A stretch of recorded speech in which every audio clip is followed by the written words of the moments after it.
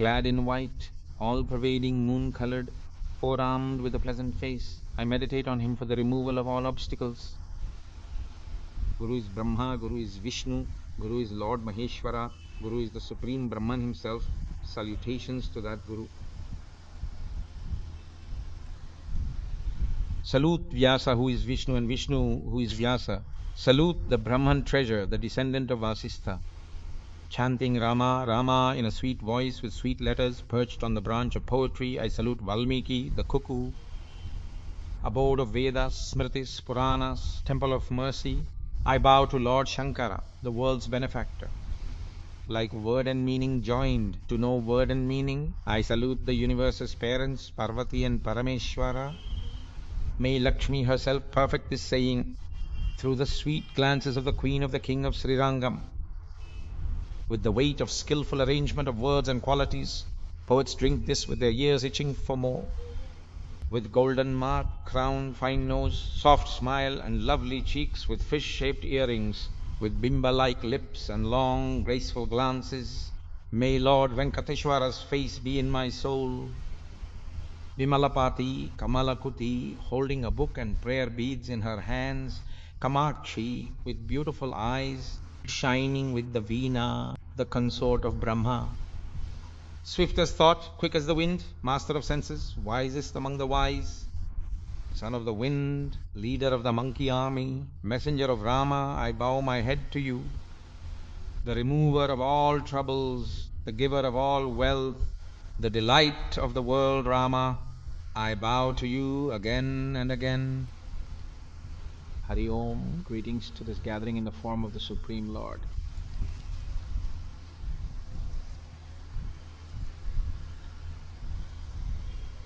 Arjuna, standing there on the battlefield of Kurukshetra, in that sacred field of dharma, he was overcome by deep despair.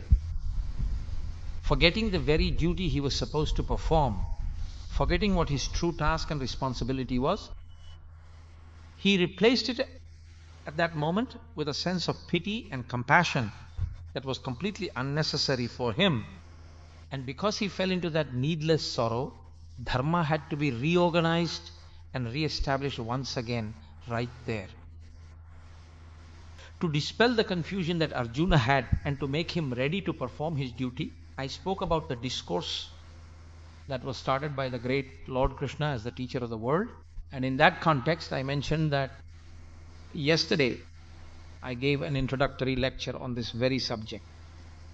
He started by saying, you grieve for those not worthy of grief, yet you speak words of wisdom. There is no reason to grieve. You should not grieve at all. This is a truly wonderful proposition in Sanatana Dharma. You are the embodiment of immortality and bliss. So, there is no reason for you to worry. There is no reason for you to cry. Even if there is no reason to cry, the reason you find a reason to cry is ignorance and lack of knowledge. Because of the illusion that a second thing exists, there is a fear that it might go away. Because of the attachment and affection you have for it, you just cannot bear the thought of it leaving. And the second thing is the hatred you feel for certain things, the pain that comes from the fact that it is still there. Both of these are causes of suffering. Where there is excessive love, there is the fear that the object might leave. Where there is excessive hate, there is the pain that it is still there. Both are causes of sorrow, and neither of them can ever provide you with uninterrupted, lasting and true happiness. That is why he says, Ashocyanan vasochasvam prajnavadamscha bhashase. You are grieving for something that does not even deserve your grief, searching for a reason to cry, he says to Arjuna, speaking these truly wonderful and profound words to him. I am not going through these verses in a specific order. Since this is a 7-day discourse, I am giving you a bird's eye view of it all. Shudram haraya daurbalyam. Tyaktotishta parantapa, he says. He was called Parantapa. Does Parantapa mean the one who can destroy his enemies? Does it? The one who can make his enemies suffer? The one who is so capable, how many enemies could he face? On the battlefield, even if all three worlds came and stood against Arjuna, he would not back down. Even if the groups of gods came, even if Lord Indra himself came, they could not stand before him. He had such immense power. Not after he was born, but before he was born. How did he get this power before birth? You need a body to have power, right? You might wonder how he got this power before he even had a body. You just heard the Adi Parva of the Mahabharata recently, did not you? So you know, King Pandu performed penance for a whole year to get this. He asked Kunti Devi to perform rituals for a year dedicated to Indra, so she could carry a child who could bear Indra's divine radiance and energy. When he performed penance, Indra appeared before him and asked him what he wanted. I want a son who is a hero, capable of conquering all three worlds. Now, Arjuna is not even born yet. The divine radiance required for Arjuna to be born had not yet entered Kunti's womb, and the embryo had not even begun to form in her womb. But it was already determined just how brilliant and powerful the child to be born would be. Indra gave a boon. Your son will be able to conquer all three worlds. Here, the phrase conquering all three worlds does not mean he is someone who wins for his own benefit like Ravana. That is why that prowess and power should not be misused and become a thorn in the side of society.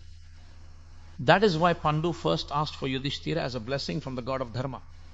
The radiance that follows the god of Dharma, the radiance that must follow the path of righteousness. The valor required to implement what Dharmaraja is doing. Dharmaraja is asking Bhishma and Drona for permission to fight in Kurukshetra. His younger brother, who should have followed his path, brought up all this unnecessary, shallow philosophy. He says, their ancestors fall deprived of offerings of food and water. I will not fight, I will not kill them. I do not want to kill. I do not want this bloody food. I do not want this kingdom. I will die at the hands of Duryodhana myself, he says. In such a state, Lord Krishna says, this petty weakness of heart, not just then, not just in Kurukshetra, but in Dharmakshetra. As long as humanity exists, as long as these worlds exist, these words will work. That is why the power of the Bhagavad Gita is like that. This petty weakness of heart. Petty means there is nothing more loathsome, nothing more base, nothing more to be rejected, and nothing more to be avoided than that. It is petty. What is petty? It is the weakness of the heart. The mind becoming weak, the mind becoming feeble. It means the mind is losing the strength it should have. Now you must observe one thing very carefully in what Lord Krishna is saying. He is saying to him, a weakness of the heart has formed in you. So, tyakyatvatishta parantapa. Leave this behind. Leave it and uttishta. Stand up. Now, did Arjuna hold on to this weakness so that he could leave it? When he became a slave to delusion, when that kind of delusion started to, it came to occupy him and to cloud his intellect. And when he set aside thinking with wisdom, then the delusion arrived. Because of that delusion, an unnecessary weakness came to him. Now this has become a weakness of the heart. It is not that he lacked physical strength. Arjuna at that time was just as strong even when he collapsed. He did not fall because he was tired or had a heart attack. He fell while possessing immense strength in his body. He was the one who could hold the Gandiva, but he has just let it go now. He was capable of using those weapons, but he is refusing to use them. He could have killed all of them, but he is saying he will not kill. Was the reason for this some physical weakness in his body, or was it a weakness in his mind? It was a weakness in his mind. A petty weakness of the heart. If that is why it is happening, then you need to notice one small thing here. The body is gross and the mind is subtle. That is where the big difference between the two lies. Whatever is subtle is much harder to control. Whatever is gross is easier to control. You can control a person's body. Say a person is committing many thefts in society, doing things that should not be done in society. You can take that person's body and put them in a prison for 2 or 3 years. If you were to ask me whether a prison can actually bring about a transformation in that person's mind, it might not. Or he could even end up becoming a much bigger thief than he was before, actually. Having developed a sense of revenge in his heart, thinking, since they caught me when I was being careless, I will now trouble society without being careless at all, ever again. Suppose he says that, now you might have been able to imprison his body, but were you able to bring any change in his mind? You simply cannot. You can control the physical body, you can imprison it, you can bring the physical body and tie it down right here near you, but you cannot bend the subtle body. It is just not within your power at all. It must change on its own. And what it changes for is that it only changes through teaching and nothing else.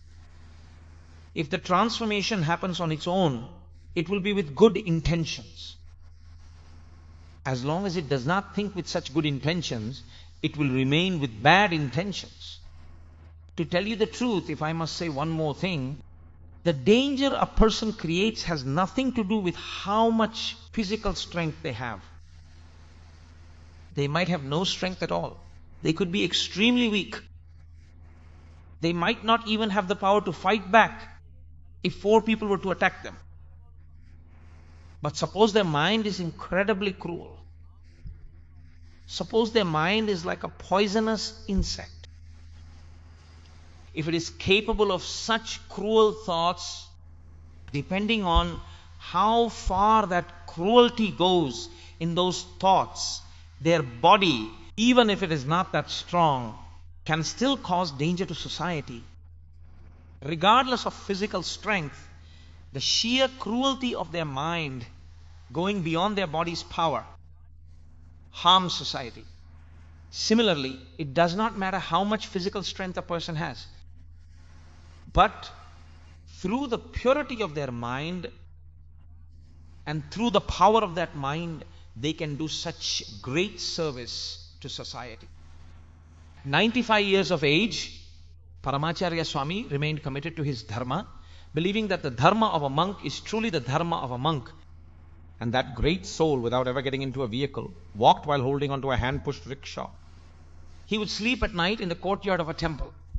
At 96 years of age, what kind of strength did that body have to be able to do such a thing?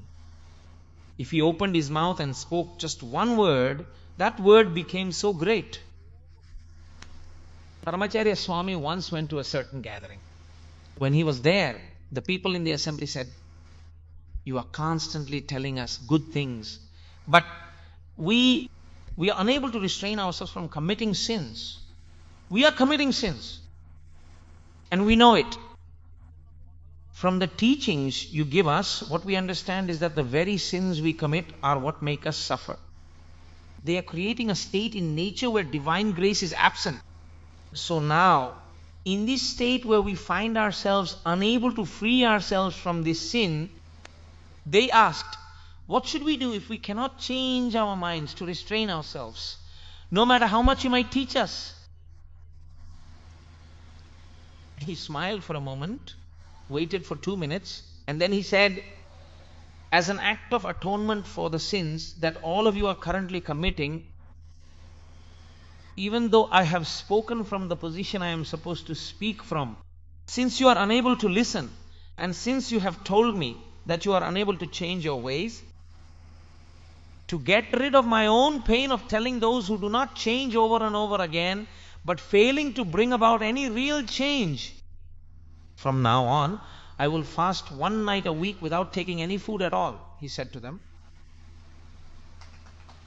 Upon hearing those words, 95% of those who said They could not change, actually changed. This is a true story that actually happened. How a person who has a very pure mind can uplift someone who has a very weak mind, strengthen them, and make them truly radiant, and turn them into someone who is truly useful to society. It has absolutely nothing to do with how physically strong he is. How pure his mind is, how powerful his mind is, that is what is most important. And that is why the physical body cannot stand before the power of the subtle body. The physical body cannot stand before the speed of the subtle body at all. The speed of the physical body is very, very low indeed. Suppose I decide I want to go to Hyderabad from here. I would have to travel for at least 11 to 12 hours before my physical body could ever reach Hyderabad. But if I want to go to Hyderabad with my subtle body, say I think of my son's house, in just a single moment, in my son's living room, I can see exactly what object he keeps on the right side of the top shelf in the cupboard, in my mind's eye. The subtle body has its own speed, while the physical body is not that fast. That is why the subtle body always keeps the physical body under its control. All powers are its own. When that mind is pure, and that mind, the being who has trained himself to always hold on to pure things, you see, he also gets liberated because of it. It is not about how much he does with the physical body, but what is done with the subtle body is immensely powerful. This has a quality, it is subject to change. Its characteristic is that it exists as a body, as a physical form. By the very name Sharira, its nature is to decay and disintegrate. As it grows, its joints and bones start to loosen up. The radiant one enters into this. It changes day by day, more and more. It keeps changing day by day until finally what happens is it gets consumed by fire. They take this and they burn it.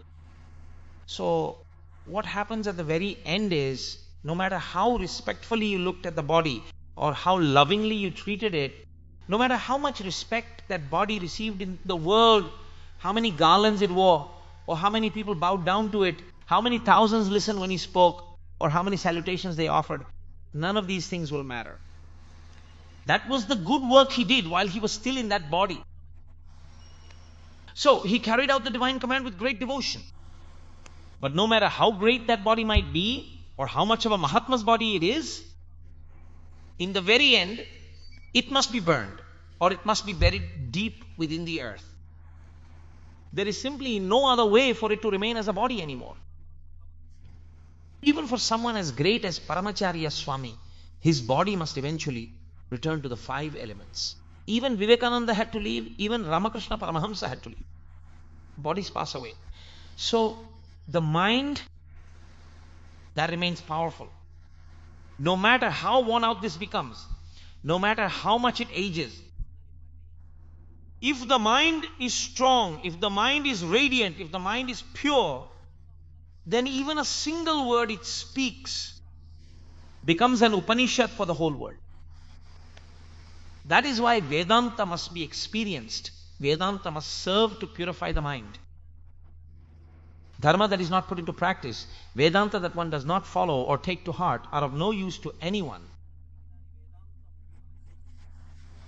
There is a term called dry Vedanta, which is only useful for giving speeches but does not uplift one in real life.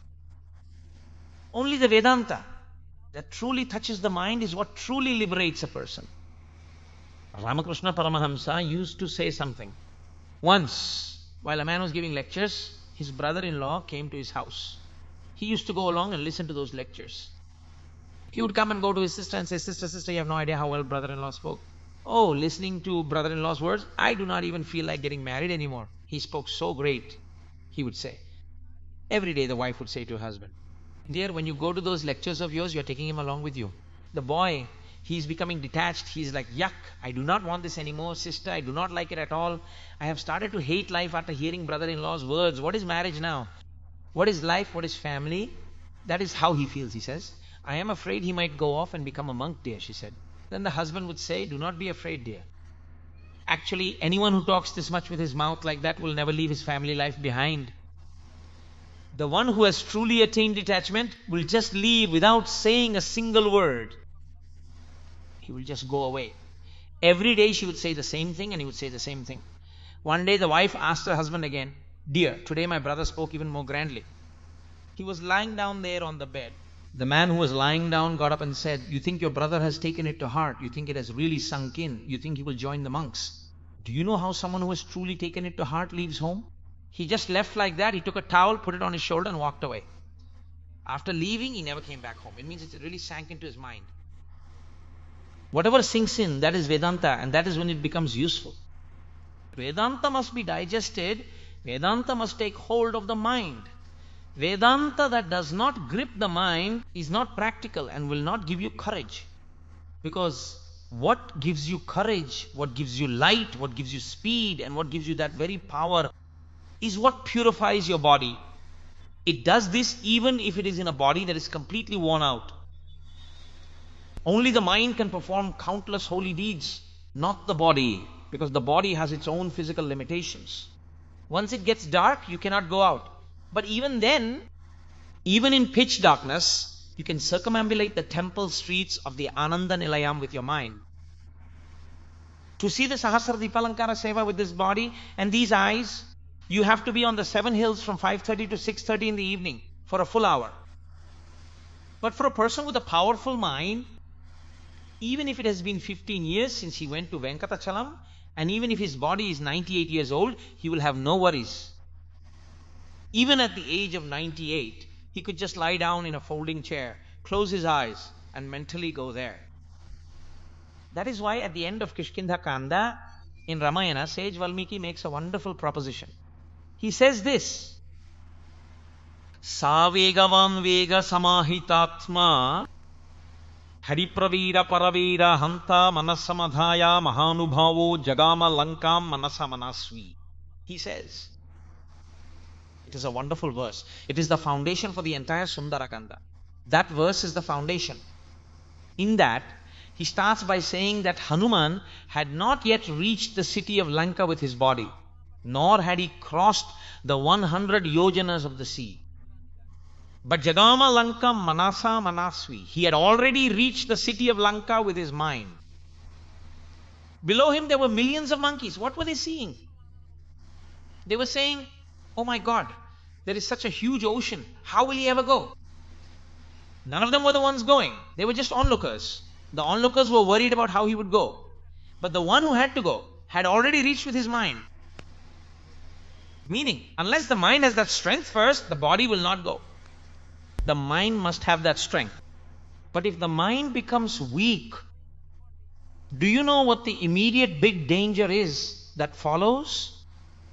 That flow of thoughts will never let you walk in a way that reminds you of your own inner power.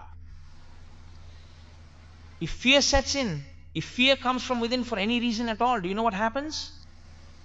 Then do you know what kind of thoughts keep coming? What if something happens? What if something happens? What if something happens? Just that.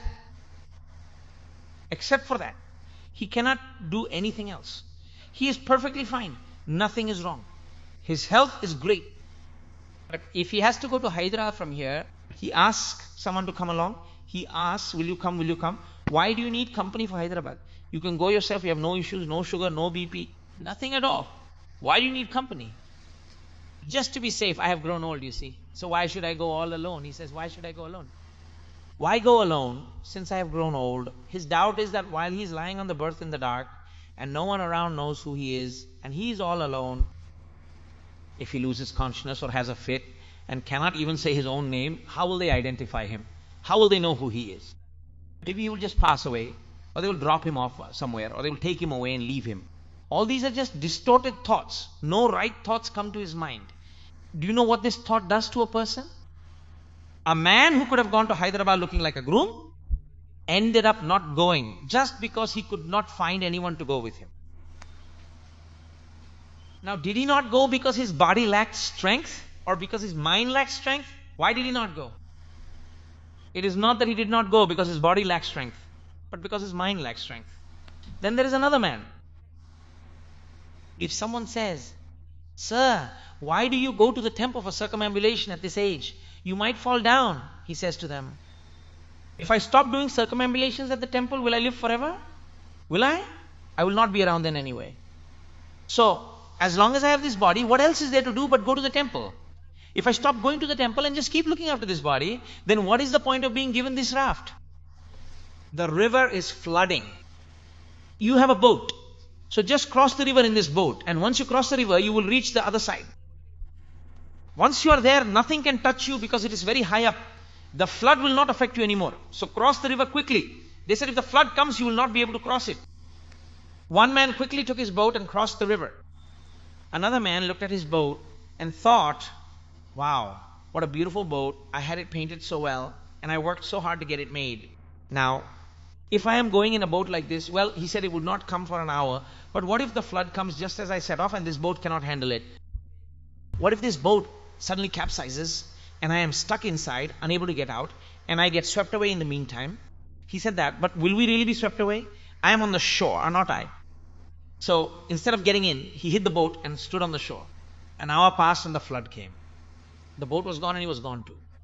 What is the point? The one who actually uses the boat is the one who will cross the river, not the one who just admires it and worries. Oh my, what if something happens to this boat? Will it hold up or will it not? If he tries to hide the boat away, he will go down right along with it. And the boat will be of no use to him. God gave you this body so you could use it as a raft to cross this ocean of worldly life. While you are crossing, if you want to achieve something great, you definitely have to work hard for it. If I want to give a lecture, if I want to speak for an hour, I have to sit here steadily like this for that whole hour. For an entire hour, I have to stay focused only on what I am talking about. Even if videographers are moving around in front of me or photographers are moving, even if they are doing their job and it distracts me, even if I know it is ruining my concentration, I have to see it but act like I do not see it. If I focus on that, then I will immediately lose the flow of what I am saying. So, if I can prepare for it, I can give a speech for an hour. Otherwise, I cannot give a speech. I have to bear that difficulty. Even if you want to achieve the great goal of reaching God or reach the higher worlds or at least be born as a human again, you have to put in some effort for this. You did not even go and sit to listen to a speech. How will you get the knowledge of the scriptures? Where will it come from if you do not know the subject? You do not read the book. The book is at home. Your elders taught you how to read, but you do not get the book. You do not read the book. You do not try to read and understand it. Then how will you attain salvation with this body? Why should I read it? What is the loss if I do not read the entire Bhagavad Gita? I will watch TV happily every day. Look, just like a person who just admires the boat and gets swept away along with it, you will also be swept away. Only the one who uses this raft will cross the river. In that process of crossing the river, the mind plays a very, very important role. Now, if that mind of ours happens to succumb to weakness, you see, if it gets shaken and terrified by every little thing, then all the strength that should be in the body is completely and utterly useless. Do you know why that is, my friends? Grief has certain characteristics. In the Ramayana, Lord Lakshmana tells Lord Ramachandra, Shoko nashayate dhairyam, Shoko nashayate shrutam, Shoko nashayate sarvam, Nasti shoka samoripuhu. There is no enemy greater than grief in this whole world. Because what an enemy does is always look for ways to ruin a person, you see. But what grief does is, it ruins the very person who is experiencing that grief itself. It becomes the enemy of the one who feels it and destroys them. Suppose I take a burning coal and put it in my pocket, let's say, thinking, oh, no one else held the fire, poor man, he's the only one who put it in his pocket. It will not think, he is the only one who respected me by putting me in his pocket, so I will spare him and burn you all instead. Will it burn me or will it burn the others? It will burn me. Similarly, grief ruins the very person in whom it arises, acting as their own enemy. The very first thing that this grief does is, it destroys your courage. Grief makes you lose your courage. Courage means it is not a big deal, we can do it. But he cannot say that. Let there be so many resources, let there be so many supplies nearby, let there be so much capability to do things, but first comes the worry. I knew a man who lived in Elru and he had to travel to Thadapalligudam. He had to go to Thadapalligudam the next day. He and I had to go there for something very important. I went to him and said, "Sir, tomorrow morning we can go. If we catch the 5:30 train, we will reach Thadapalligudam. Since your house is right behind the power pet station, we can board the passenger train at power pet station." But he said, "It is very difficult, sir." I will tell you why it is difficult. You will be surprised to hear this. That is how a person's mental weakness can be. He gave me 2 reasons, saying we cannot go for the passenger train because of these 2 reasons. I asked him what they were.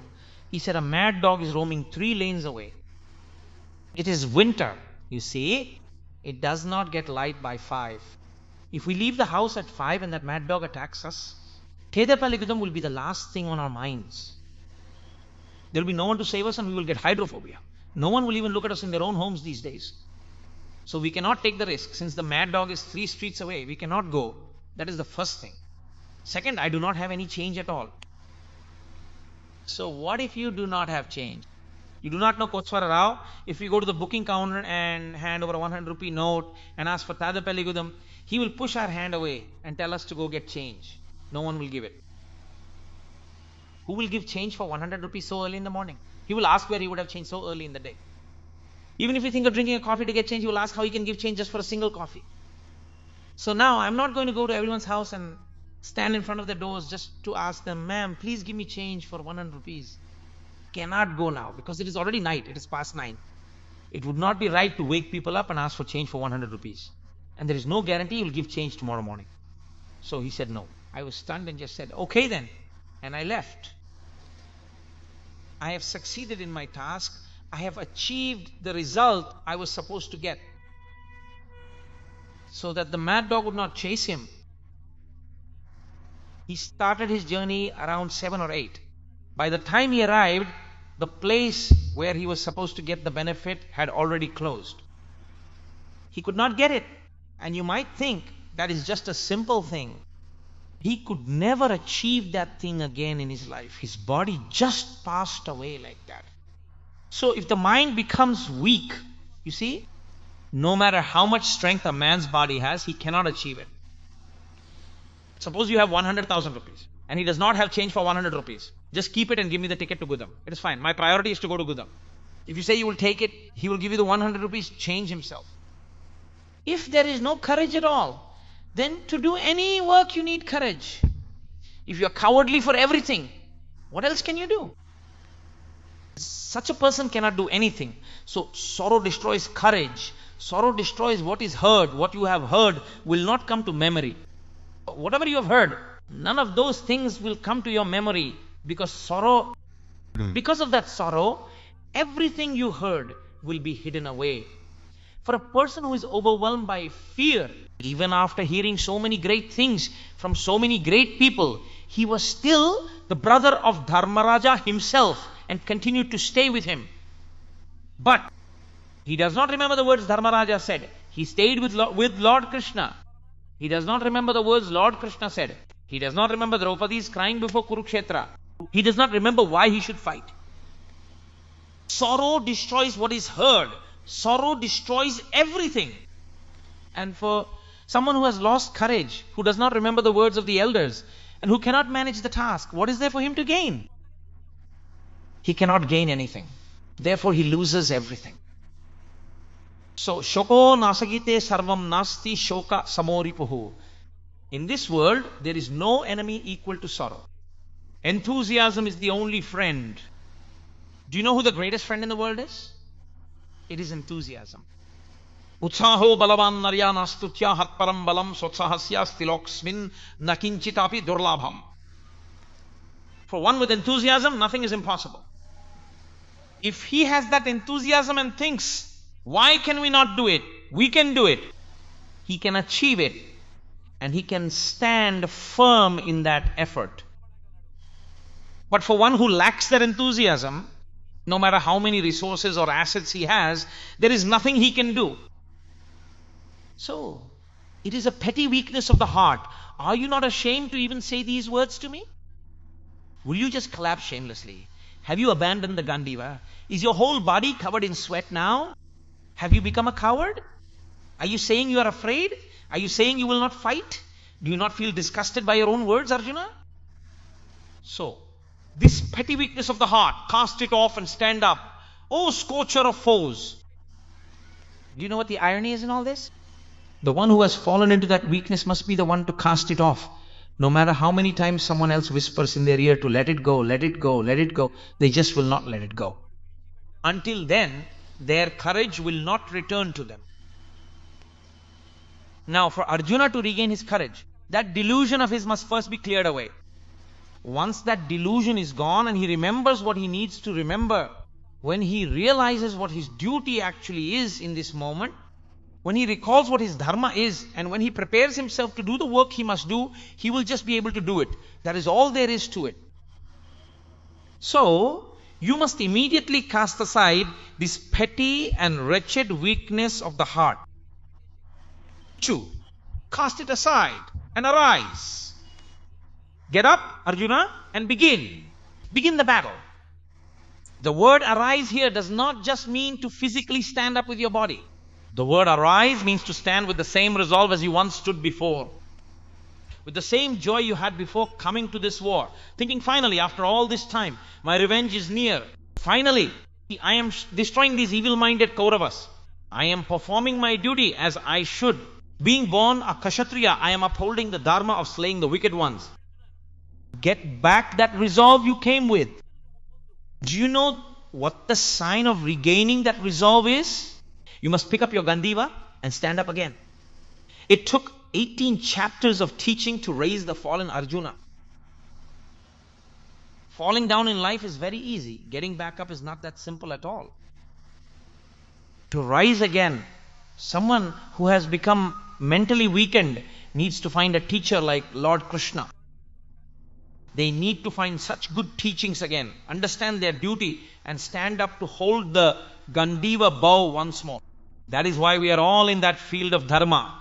Arjuna is just a pretext. All of us are lying in this field of dharma, lost and without any direction. We do not know what to do. We do not know what our duty is. We do not know how to behave. We do not know how we should worship God. When we enter a gathering, we do not know how to sit. We do not even know if we can sit with our legs on the chair in front of elders. The Bhagavad Gita comes to uplift those who are lying in such a state of ignorance. So, the Gita touches upon every little thing. If you can know your duty and stand by it, that itself is your responsibility. When I come to this gathering, I could come in a shirt and trousers, just as I would from my office. Could I not have come in a shirt and trousers and recited the Bhagavad Gita? But why did I not do that? Because I have a code of conduct, I have a duty. When I am here to speak about the Bhagavad Gita, I must come dressed in traditional Vedic attire. A doctor treating a minor infection could easily do it while wearing a shirt, trousers and shoes. But why does he put on a green surgical suit, leave his clothes outside, and even take off his wallet, cell phone, watch and rings? Why does he hand them to the assistant before entering the operation theatre? It is duty and decorum. Why does a person who has renounced everything wear saffron robes? To show he is a sannyasi? It is a sign that there is nothing left for him to hold on to. The saffron he wears is the proof that he has let go of everything.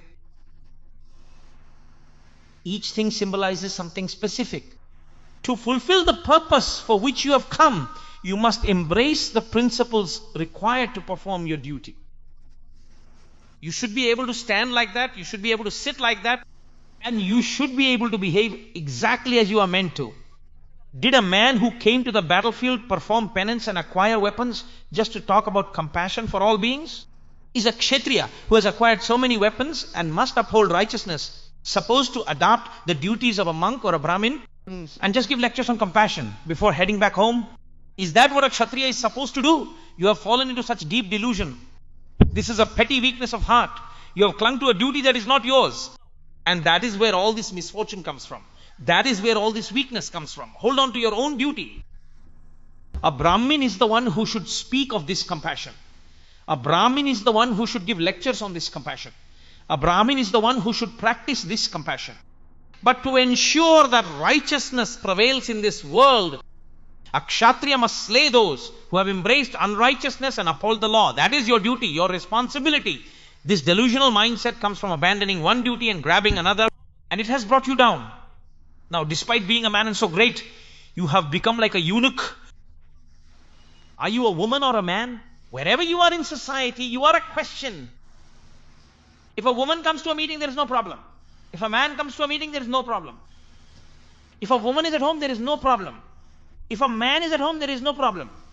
If a woman takes a reservation form to a railway counter, there is no problem. If a man takes a railway reservation form and goes to the reservation counter, there is no problem. But wherever a eunuch goes from that reservation counter, there is a problem. Wherever they go, it is a question. Wherever they go, it is a problem for a eunuch. He said, you are klibaha. You are impotent. You have become a eunuch today. You are a man, a male, a kshatriya. Have you no shame to speak like this? For a teacher, a guru, to make his disciple stand firm in dharma again, to give him determination again. This is how a guru speaks. Then a guru does not always beg by holding your chin. If a guru has to speak, if he has to lift you out of ignorance, he says, oh fool, give up the thirst for wealth. Cultivate a good mind and be content with what you earn through your own actions, said Jagadguru Adi Shankaracharya. So, Lord Krishna, the universal teacher, is speaking in Kurukshetra, not just for Arjuna's sake, but for all of humanity that would come in the later times, in the later ages, and in different places. If they ever feel confused about their duty, the Bhagavad Gita is their only refuge to find their path again. Whatever stage of life they are in, they must follow their specific duty, because each stage has its own set of rules. A student has their own duty. A householder has theirs, a forest dweller has theirs, and a monk has his own duty too. A householder should not take on a monk's duty, and a student should not take on a forest dweller's duty. A householder should not take on a student's duty either. Everyone must stick to their own duty. If you try to follow someone else's, you will just ruin yourself. A student should not comb their hair, but a householder should. A student should not chew betel leaves, but a householder is allowed to do that. A householder can save up for tomorrow, but if a monk gets a meal now, he is not allowed to save anything for the evening. A monk, a householder can cook their meal on the stove at home, even if it is raining outside. A monk should never, under any circumstances, cook and eat anything on a sacred fire. Since he does not touch fire, even his body is not cremated in the end. They bury it in the ground, everyone has their own dharma. Changing clothes is not dharma. Changing the mind within and holding on to it is dharma. Changes brought on the outside without an inner change are just pretenses and shows. Lord Krishna is stating this very clearly. Everyone should hold on to what they are meant to. A householder should not wear saffron robes. Wearing saffron or putting on saffron is a sign that he has renounced everything. If you leave everything behind, then you should wear saffron. You should not wear saffron and roam around without renouncing. The Vedic path says to wear only white clothes. A householder does not even have the right to bring saffron into the house other than white clothing. Saffron is a color designated only for a monk. Dharma is dharma. It is not dharma because I say so, but because the Veda says so. Whatever the Veda says, that is dharma. If you act against that, you are someone who has rejected the Veda. You will be someone who has faltered in your dharma. Except for saying, I like this, you have no right to do it. You must do only what the Veda has told you to do. The one who speaks what the Veda says with courage. He alone is the guru. A guru's only asset is courage. Otherwise, how can someone who is afraid be fit to preach dharma? So, the one who can speak fearlessly is the guru. Therefore, where would fear be for Krishna Paramatma, the Jagat Guru? He is fearless. That is why, oh great soul, you do not succumb to such impotence. Stand up like a man. Be ready to do the work you must do. Go ahead and fight the war. What is this? You keep saying, I will kill, I will kill. You are saying that if you kill, they will all die, right? Let me tell you one thing. Remember this well. Do you think my attachment is gone just because I said this from then until forever? Attachment is what has a firm grip on me, and my effort is to let that go. As the indweller in this body, dehinosmin yatha dehe, kaumaram yauvanam jara tatha dehantara praptihi, dhirastatranu muhyate. The wise are not deluded. Listen closely to me, Arjuna. In this world, dehinosmin yatha dehe, there is the indweller and then there is the physical body. Now, here is my body, and my body is wearing this cloth. This cloth is not me, but out of ignorance, I keep pointing to this and saying this is me. But in reality, even this is not me, I am inside this. The real me is actually inside. Whatever that I is, that is what everyone refers to when they point like this. When everyone points their hand inward, that is the I. When I sit here and say I point to myself like this. No matter who you are, when you say I, you cannot say it any other way. Everyone says that when I say I point to myself like this. But what about when you say you? You said I like this, but if I point at you, I point like this and say you. That is where the ignorance lies. But the I in them and the I in me are the same. The I in that person feels hunger. The I in this person feels hunger. The I in that person feels thirst. The I in this person feels thirst. The I in this person feels fatigue. The I in that person feels fatigue. The I in that person experiences old age.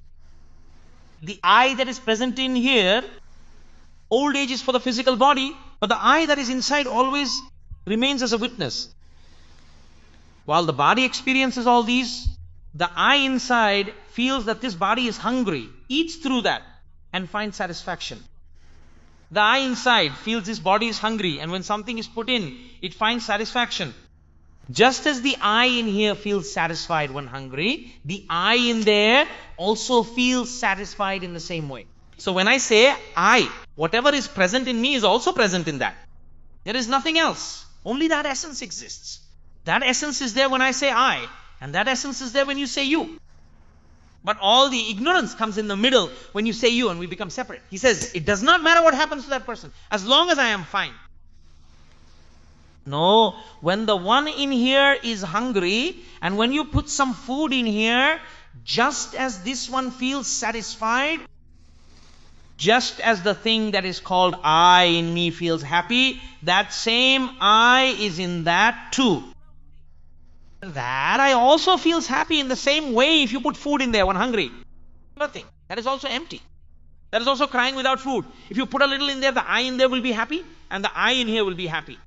There is no difference between that I and this I. It is the same I. So, only that I exist. I am present in everything. Only the clothes have changed. What does it matter what clothes you wear? The I inside is only one. So, dehinosmin yatha dehe. The one inside the body is wearing this body. Why is what is worn called a body? Because it does not last. That is why it is called a body. A body is something that burns away. Whatever is destined to be burnt is called a body. No matter what kind of body it is, every body that is worn by the soul must eventually burn away. Every single one of the bodies that you see in this world will ultimately be burnt to ashes in the end. Whether it is this body that I am wearing, or the bodies that all of you are wearing right now. Some go sooner, some go later. That is the only difference. But every body, every form must burn. But Arjuna, do you know where the real problem lies in all of this?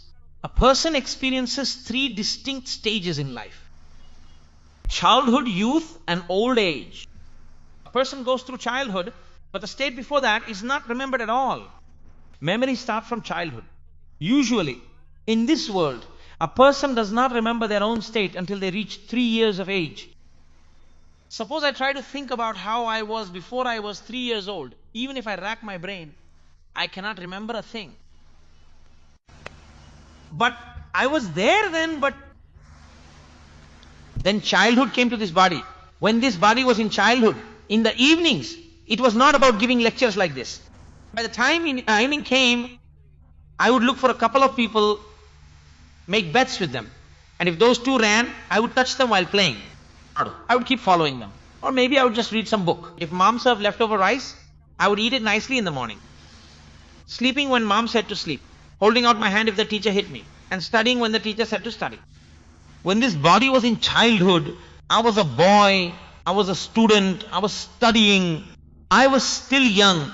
I was 8, I was 10, I was a male, I was a boy. I knew I was so-and-so's son. This same body has changed. It does not go back. You must remember that well.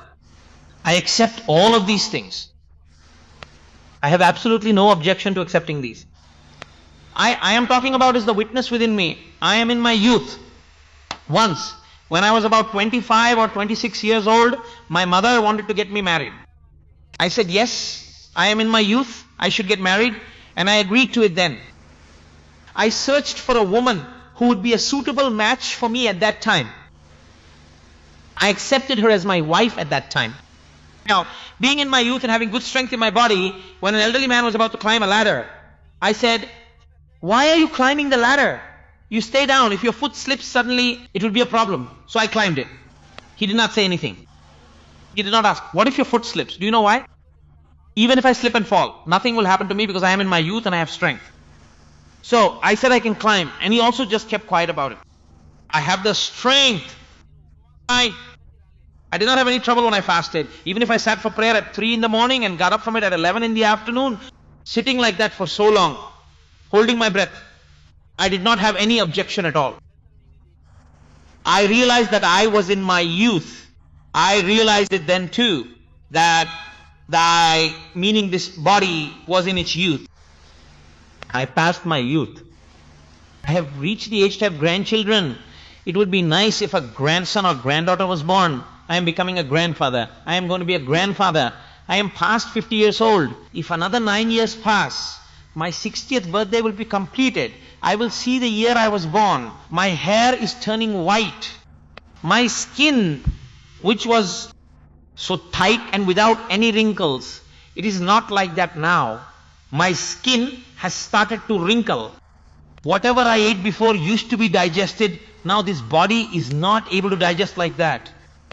Even if I ate a lot before, I would feel hungry again after waking up from sleep. Now, if I dump too much food into this body just because it tastes good, I have to see a doctor the next day. This body is changing.